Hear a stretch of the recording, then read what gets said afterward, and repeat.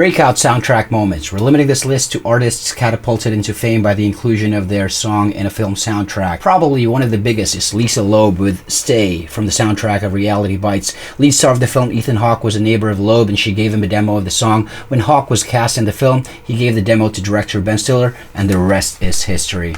Next we have Pete Yorn with his song Strange Condition from the Me, Myself and Irene soundtrack. The producer of this Farrelly Brothers film starring Jim Carrey was so impressed with Pete Yorn's club performances that he was commissioned to score the film. With his song Strange Condition included in the soundtrack, it reached high in the charts, leading him to a record deal and producing his brilliant album Music from the Morning After, in which he played almost all of the instruments: guitars, bass, drums, keys.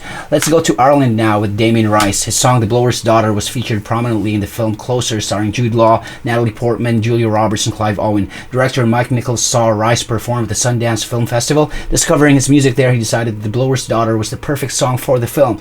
Although the album Oh, a perfect album I should note, was already released a year prior, Damien Rice achieved global success when the movie came out. Another Natalie Portman film with playing coach Zach Braff. The film is the indie comedy drama Garden State, and the song is New Slang by the Shins. Lead actor slash director slash music curator Zach Braff was a huge fan of the band, and so slapped it in the soundtrack, putting the Shins into the map of the indie greats. Last one is from the 80s. The John Hughes directed coming of age film The Breakfast Club was a successful film. Soundtrack was just as successful. A phenomenal period in time, pioneered the focus on teenage emotions in film. Music producer of the film Keith Forsey wrote a song, offered it to Billy Idol and Brian Ferry of Roxy Music, who both declined. He then offered it to Simple Minds, who were reluctant at first but eventually agreed. The song Don't You Forget About Me became their career-defining hit and is considered as an anthem of the Generation X. If you thought of one that's not on the list, leave it in the comments. We love reading your additions. Catch y'all later.